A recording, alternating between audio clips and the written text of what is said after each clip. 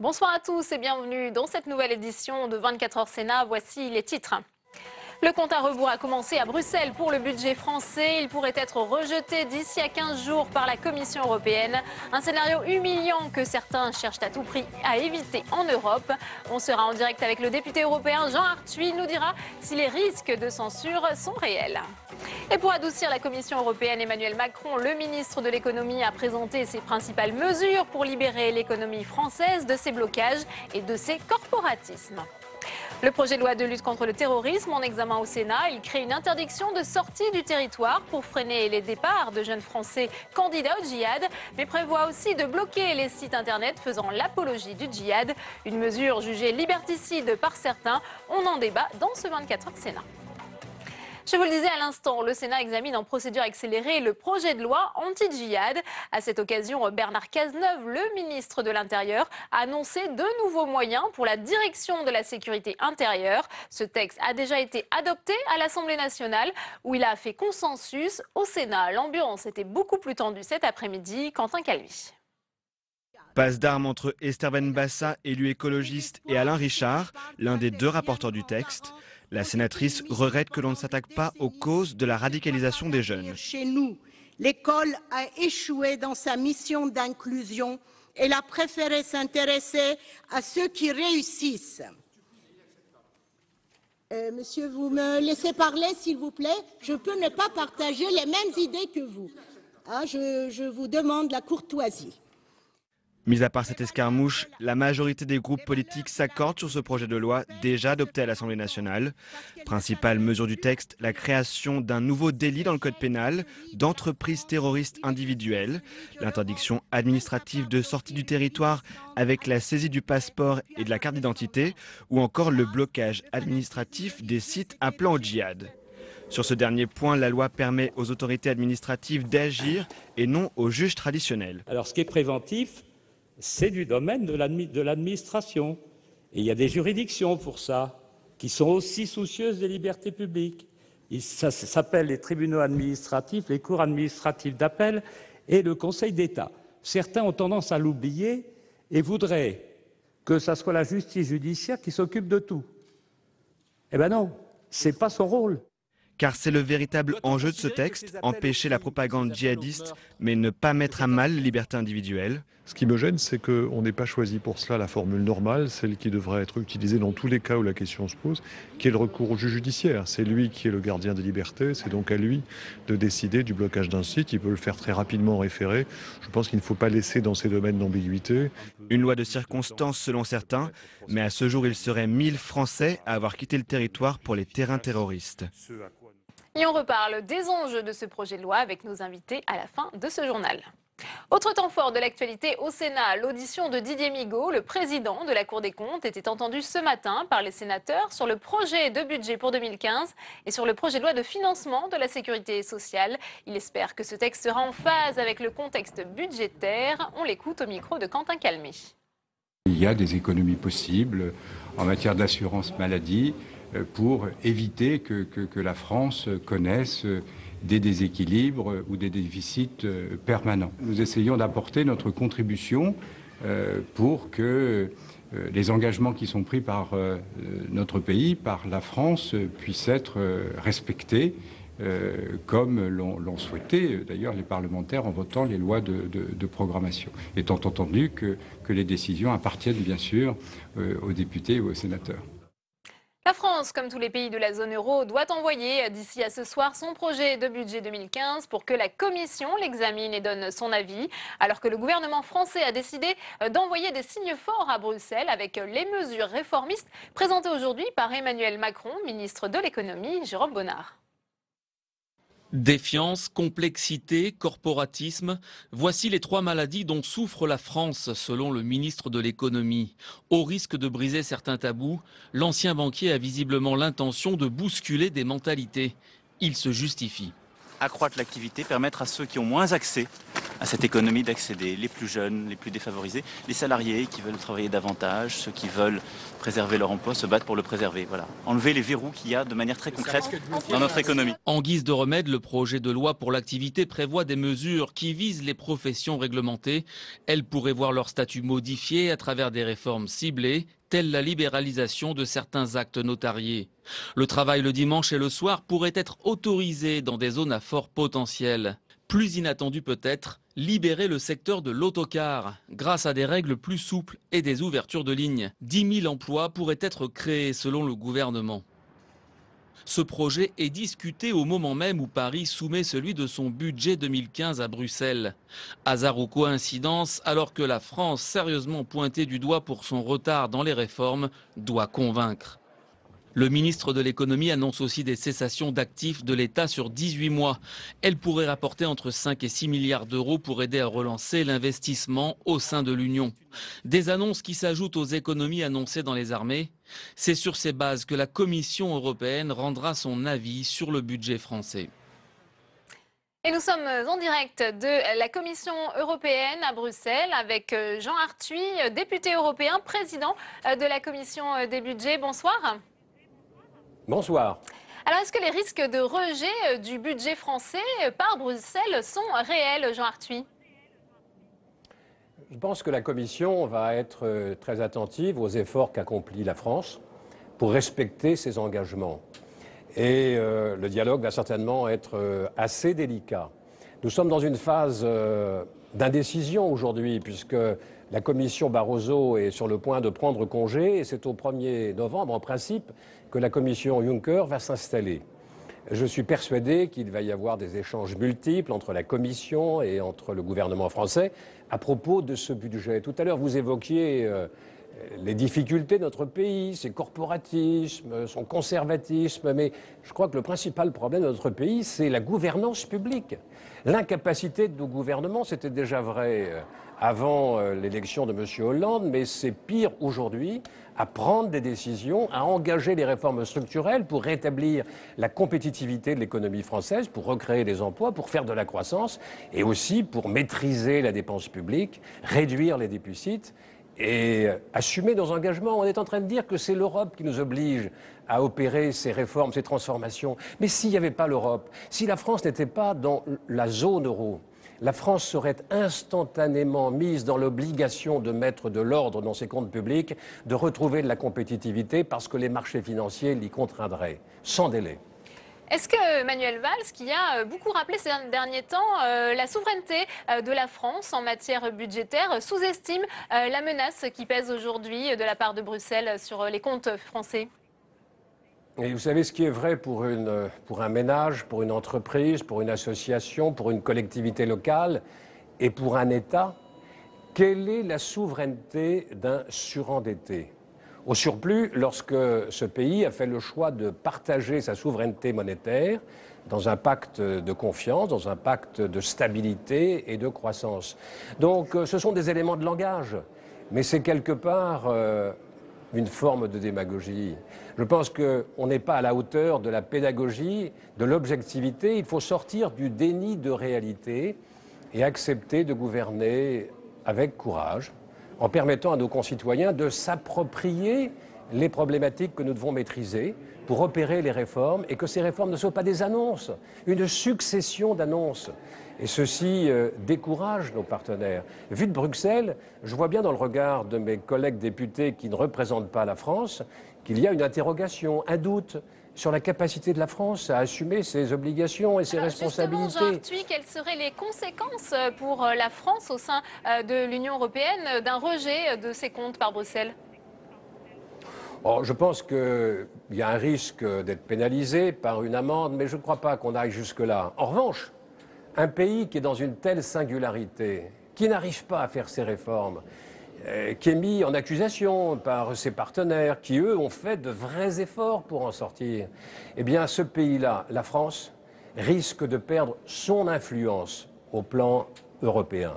Donc, il s'agit de remettre de l'ordre dans notre maison pour retrouver notre autorité. Merci beaucoup, Jean Arthuis, d'avoir été avec nous en direct depuis Bruxelles. Et pour contribuer au redressement des comptes publics, les armées déjà au régime sec vont perdre un nouveau régiment en 2015 et l'hôpital du Val-de-Grâce devrait cesser ses activités médicales pour devenir un pôle de recherche selon le ministère de la Défense. En bref, le nouveau patron du groupe UMP du Sénat, Bruno Retailleau, propose de répartir la réserve parlementaire, cette cagnotte qui permet à un élu de financer des projets dans sa circonscription en fonction du taux de présence des sénateurs de son groupe. Présidence de l'UMP, la campagne officiellement lancée, la haute autorité a validé les candidatures de Nicolas Sarkozy, Hervé Mariton et Bruno Le Maire. Ils vont pouvoir concourir en vue du scrutin du 29 novembre, un scrutin où c'est promis, la fraude n'aura plus sa place. Samia Dechir.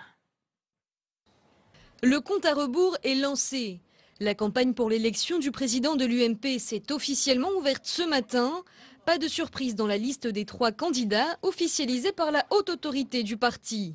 Hervé Mariton, Nicolas Sarkozy et Bruno Le Maire sont donc tous 3, leur dossier remplissant les conditions fixées, officiellement candidats à la présidence de l'UMP.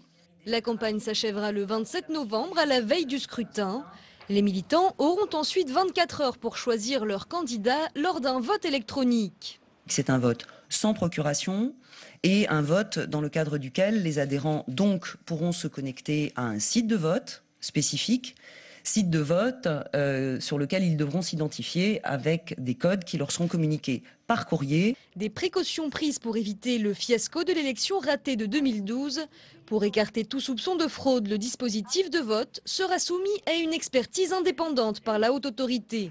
Et pour qu'aucun candidat ne conteste le système, ils seront associés au processus. À compter d'aujourd'hui, la haute autorité va se réunir en présence des représentants des candidats, d'ailleurs dès ce soir, et nous aurons des réunions hebdomadaires. Et nous voulions donc laisser la possibilité aux candidats, s'ils le souhaitaient, de diligenter parallèlement eux-mêmes une expertise indépendante. Les résultats provisoires devraient être connus le 29 novembre.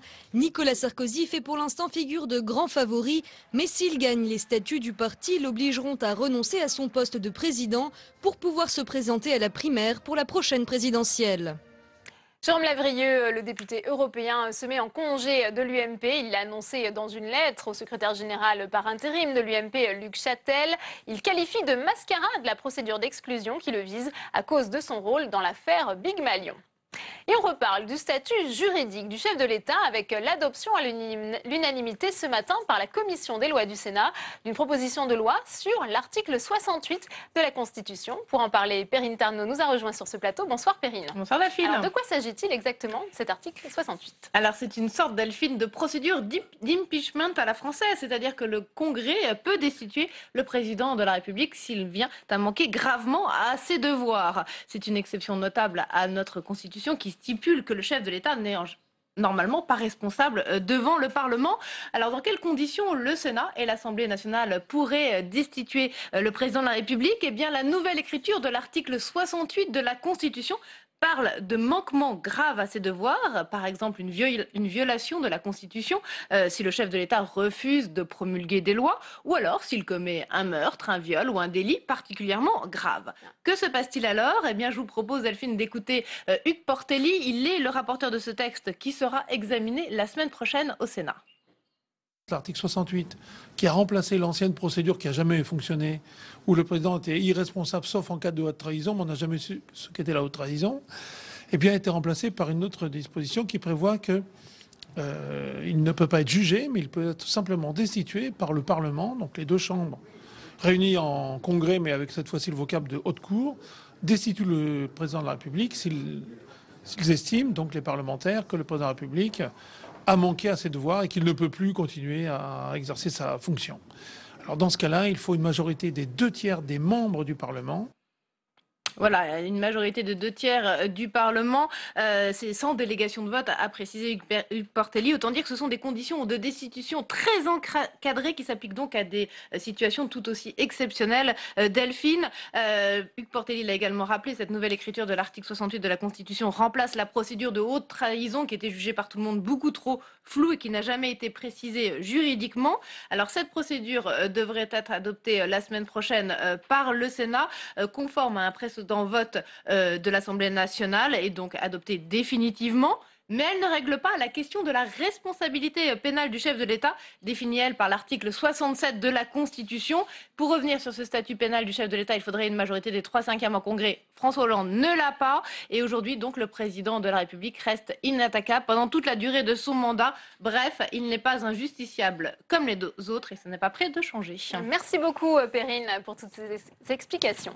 Et puis en matière de responsabilité des élus, le ministère public a requis des peines de prison ferme à l'encontre de l'ancien maire de la Faute-sur-Mer et de son adjointe à l'urbanisme lors du procès Xynthia, la tempête qui a fait 29 morts dans cette station balnéaire de Vendée en février 2010. 24 heures Sénat, tout de suite le débat.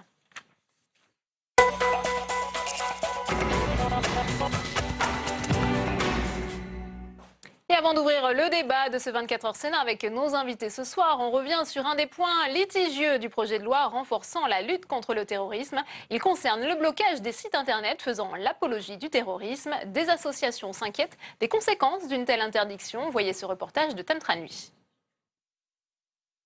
Ils s'entraînent, se vantent, les armes à la main, sur les réseaux sociaux, dans des vidéos en ligne. Les djihadistes font leur propagande sur le web et séduisent des milliers d'internautes. Face à cette stratégie médiatique, le gouvernement veut changer la loi. Parmi les pistes qui suscitent l'adhésion de toute la classe politique, le blocage des sites incitant au terrorisme qui pourra être demandé aux fournisseurs d'accès à Internet sous l'autorité du juge administratif. Les acteurs du web jugent cette mesure inefficace. Ces techniques sont très facilement contournables de façon assez simple de rajouter un petit outil sur son navigateur. C'est quelque chose que les internautes font assez facilement. Donc cet article est non seulement problématique sur le plan de la justice et du droit, mais en plus il risque d'être très facilement contournable et inefficace, donc probablement assez peu utilisé. Autre point qui provoque le débat chez les défenseurs de la liberté d'expression, l'article 4 du projet de loi qui inscrit la provocation et l'apologie du terrorisme au code pénal. Or, ces délits sont aujourd'hui régis par la loi sur la presse de 1881. On fait basculer des actes, des écrits, des mots vers des abus de la liberté d'expression, vers des actes de terrorisme. Et ça nous pose problème pour deux raisons. D'abord sur la philosophie générale. Un abus de la liberté d'expression n'est pas un acte de terrorisme, surtout que la loi de 1881 est particulièrement déjà sévère. On fait aujourd'hui comme si l'apologie et la provocation du terrorisme n'étaient pas pénalement répréhensibles, alors qu'elle est déjà actuellement répréhensible et elle est sanctionnée par 45 000 € d'amende et 5 ans ou 4 ans d'emprisonnement. Conséquence, les associations craignent un usage disproportionné des moyens policiers de la lutte contre le terrorisme pour sanctionner des abus à la liberté d'expression. Les rapporteurs socialistes et UMP au Sénat ont d'ailleurs restreint la portée de cet article pour ne viser qu'Internet. Encore une mesure qui suscite l'incompréhension. Pourquoi est-ce qu'un même discours ne serait pas condamné de la même façon s'il est fait sur Internet ou s'il est tagué sur un mur ou simplement dit à la télévision ? En attendant, si le législateur s'intéresse aux moyens de propagande, il ne s'interroge pas sur ce qui provoque profondément l'adhésion de milliers de jeunes occidentaux au message djihadiste. Et on ouvre le débat de ce 24 heures Sénat avec nos invités ce soir. Leïla Aïchi, bonsoir, sénatrice Europe Écologie Les Verts de Paris. Merci d'être avec nous. Avec nous également sur ce plateau, Hélène Conway-Mouret, bonsoir. Ancienne ministre, sénatrice socialiste représentant les Français établis hors de France. Merci d'être avec nous. Alors Leïla Aïchi, on vous a entendu cet après-midi en séance assez offensive envers ce projet de loi. Est-ce que la lutte contre le terrorisme ne doit-elle pas faire l'objet d'un consensus? Alors évidemment que la lutte contre le terrorisme doit faire l'objet d'un consensus. Il n'est absolument pas question ici de le contester. D'ailleurs, je pense qu'on est tous pour une lutte contre le terrorisme, la barbarie qu'on doit absolument dénoncer. La question qui se pose aujourd'hui et ce soir dans l'hémicycle, c'est l'utilité et la validité de ce texte qui nous est proposé. En tout état de cause, la majorité du groupe auquel j'appartiens au Sénat, nous considérons que ce texte est largement liberticide, intentatoire à un procès équitable et qu'il ne répond pas malheureusement aux défis du terrorisme. Alors, Hélène Conway-Mouret, plusieurs choses dans ce qui a été dit par Leïla Aïchi. Un texte liberticide qui finalement ne répond pas aux enjeux de la lutte contre le terrorisme aujourd'hui. Je crois que c'est d'abord une première étape. Une réaction à ce qui se passe. Le ministre a expliqué, je crois, assez clairement que l'endoctrinement de la plupart de ceux qui partent aujourd'hui se fait par Internet. Et donc, il est tout à fait normal bien que l'on essaye d'endiguer et de restreindre finalement ceux qui font cette propagande sur Internet, ceux qui utilisent cet outil-là, en y apportant des réponses. Et je crois que c'est ce que ce texte tente de faire. Mais en même temps, moi, je le conçois comme la réponse de la France et qui ne peut pas être seule dans cette lutte, puisque la menace est globale aujourd'hui et je crois que c'est une réponse globale qu'il faut apporter. Donc tout ce que nous pouvons faire, nous, sur le sol français, pour essayer de limiter le nombre de ces jeunes qui partent. Aujourd'hui, il y a une armée de 12 000 occidentaux qui combattent en Syrie, à laquelle malheureusement les Français contribuent par plus d'un millier de jeunes. Et donc je crois que oui, c'est un texte qui, pour moi, va dans le bon sens. Après, en effet, je crois qu'il faut entendre les arguments des uns et des autres pour justement ne pas aller trop loin et ne pas attenter aux libertés auxquelles nous sommes tous attachés. Justement, Laïla Haïchi, qu'est-ce qui vous gêne dans ce texte? Vous avez parlé d'entrave à la liberté de circulation, atteinte aux libertés individuelles, avec un délit d'intention qui serait créé. Bien sûr. Alors, il y a plusieurs dispositions, évidemment, dans ce texte qui sont liberticides et gênantes. Et je ne crois pas que ce texte soit une finalité en soi. Il y a déjà eu plusieurs textes qui ont été votés justement précédemment pour lutter contre le terrorisme. Ce que je reproche à ce texte, d'abord, je pense que c'est d'abord un affichage politique. Voilà, première remarque. La deuxième, il crée effectivement un délit d'intention. Je vous invite à relire l'article 1 qui nous est proposé, puisqu'on crée une nouvelle sanction, puisqu'on veut interdire à des ressortissants français de quitter le territoire en retirant la carte d'identité et le passeport. C'est des affaires alors, Laïla Haïchi, extrêmement graves. Qu'est-ce que vous proposez, vous, justement, parce qu'il y a quand même cette situation de ces jeunes qui partent. Évidemment, il y a un vrai enjeu. Ceci étant, il y a un vrai enjeu. Et je pense qu'au niveau de la prévention, le sujet de la prévention n'est pas assez pris en compte. Effectivement, comme disait très justement Hélène Conway, la réponse ne peut être que globale. Elle est nationale, globale, mais au niveau du national, on ne fait absolument pas état de la politique de prévention. On ne fait pas état de la politique de la ville. Ce texte aurait mérité en tout cas d'avoir des discussions avec le ministère de la Justice, puisqu'il touche à des libertés publiques et à des libertés importantes dans notre pays.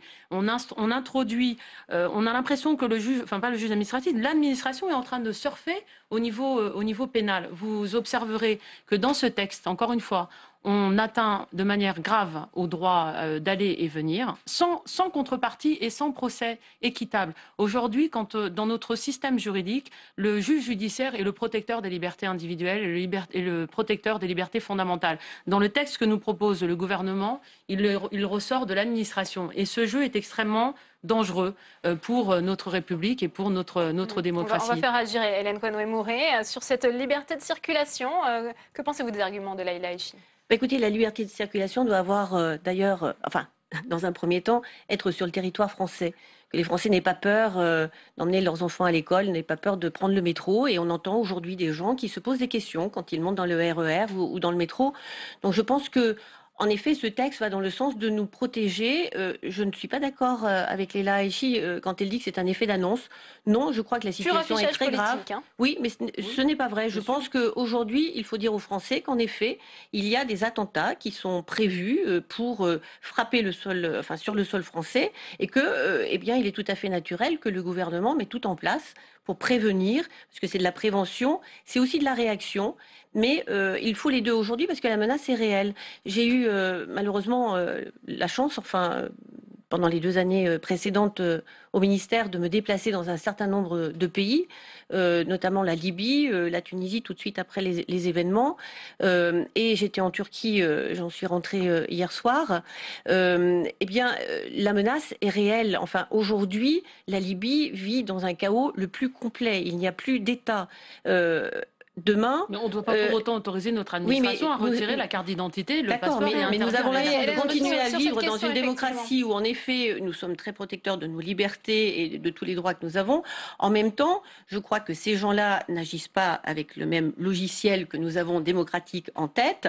Ils sont capables de faire n'importe quoi et ils le prouvent quand on regarde les images de ce qu'ils sont capables de faire, des actes barbares qu'ils ont perpétrés. Donc aujourd'hui, je crois qu'il faut être réactif, mais réactif dans l'urgence. Enfin, on ne peut pas attendre qu'il y ait des attentats et ensuite on dirait au gouvernement, eh bien, mais qu'avez-vous fait? Pourquoi n'avez-vous pas agi et empêché ces jeunes de partir? Quand même aussi dans l'urgence. Quand on propose un texte de cette nature, il n'est absolument pas question de sous-estimer le risque terroriste, puisque nous l'avons dit, évidemment, c'est un combat que nous devons mener. Il doit y avoir une unité nationale autour de de ce sujet qui est extrêmement grave pour notre démocratie. C'est pas du tout une question qui est remise en doute. Évidemment qu'il faut lutter contre. Le sujet de ce texte qui nous est proposé aujourd'hui, de toute manière, compte tenu de la gravité du sujet, et effectivement de l'approche urgentiste qu'on veut donner, n'est pas une réponse, puisque justement l'urgence de travailler sur l'affect et sur les sensibilités n'est absolument pas bonne conseillère, et notamment pour un texte qu'aujourd'hui le gouvernement nous propose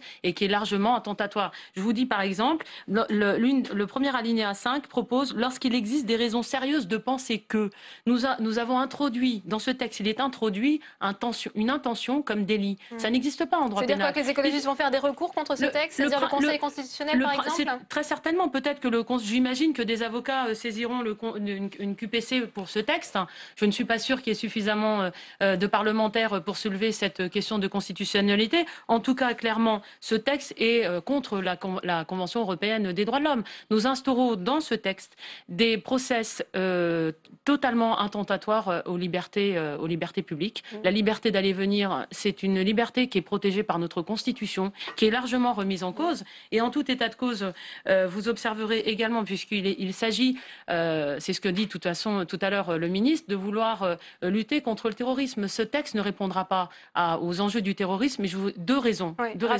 Très rapidement. La première, tout à l'heure, il expliquait, entre autres en ce qui concerne le sujet d'Internet, en expliquant qu'il allait privilégier effectivement plus un système est intrusif, meilleur il est en termes de renseignement. Mais qu'évidemment, pour des raisons, pour éviter des dérives, il n'ira pas jusqu'à des systèmes les plus intrusifs qui soient. Donc en fait, comme le système le plus intrusif est celui qui est le plus en capacité de donner des informations, il l'utilisera pas, ça n'existera pas. On va faire réagir Hélène on n'aura pas de conséquences. Cette question des blocages des sites Internet, c'est vrai qu'elle a été beaucoup soulevée. On a vu dans ce reportage, certains s'inquiètent et puis nous disent aussi que c'est un dispositif finalement qui est peu efficace puisqu'il y a toujours des moyens de contourner le blocage des sites. Oui, c'est pour ça que je parlais d'une réponse globale. En effet, si la France se permet de pouvoir bloquer, mais c'est simplement les contenus de certains sites. Là, c'est pas porter atteinte aux libertés individuelles, pas du tout. C'est pouvoir contenir et donner aussi aux parents la possibilité, là j'en reviens à la mobilité des jeunes,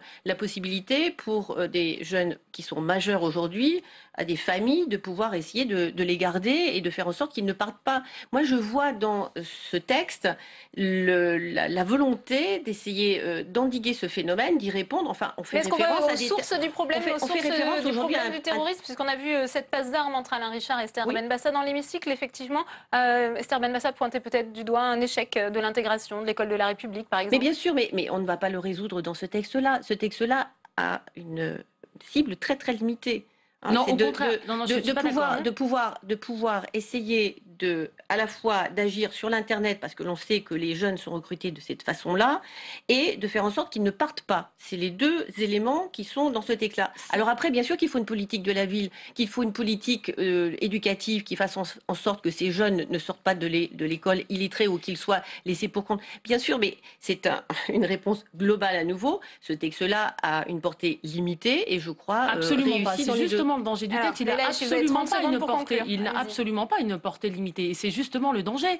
Pourquoi ne pas avoir introduit, par exemple, le juge judiciaire? Moi, j'aurais aimé qu'on introduise le juge judiciaire. C'est le seul qui peut faire le distinguo entre ce qui relève de l'apologie. Aujourd'hui, c'est le garant d'un procès contradictoire, de respecter les principes contradictoires et d'un débat, d'un procès équitable. Aujourd'hui, ce texte est extrêmement large. Les notions sont floues et n'importe qui pourrait rentrer dans ce texte. Et je finirai pour conclure.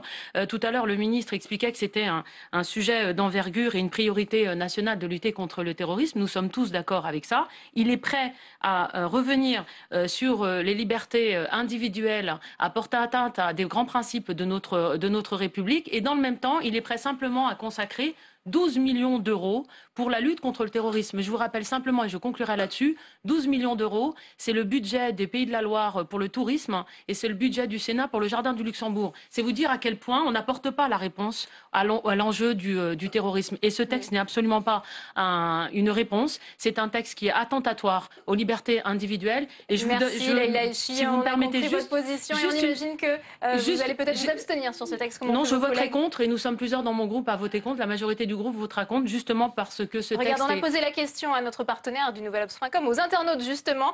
Loi antiterroriste, le blocage des sites internet peut-il être efficace? Les internautes ont répondu oui à 53%, non à 39%, ne se prononce pas 8% sur 245 votants. Merci mesdames d'avoir été les invités de ce 24h Sénat. C'est la fin de cette édition. Merci à vous de l'avoir suivi à 22h. Vous retrouvez Sonia Mabrouk. Très bonne soirée et à demain.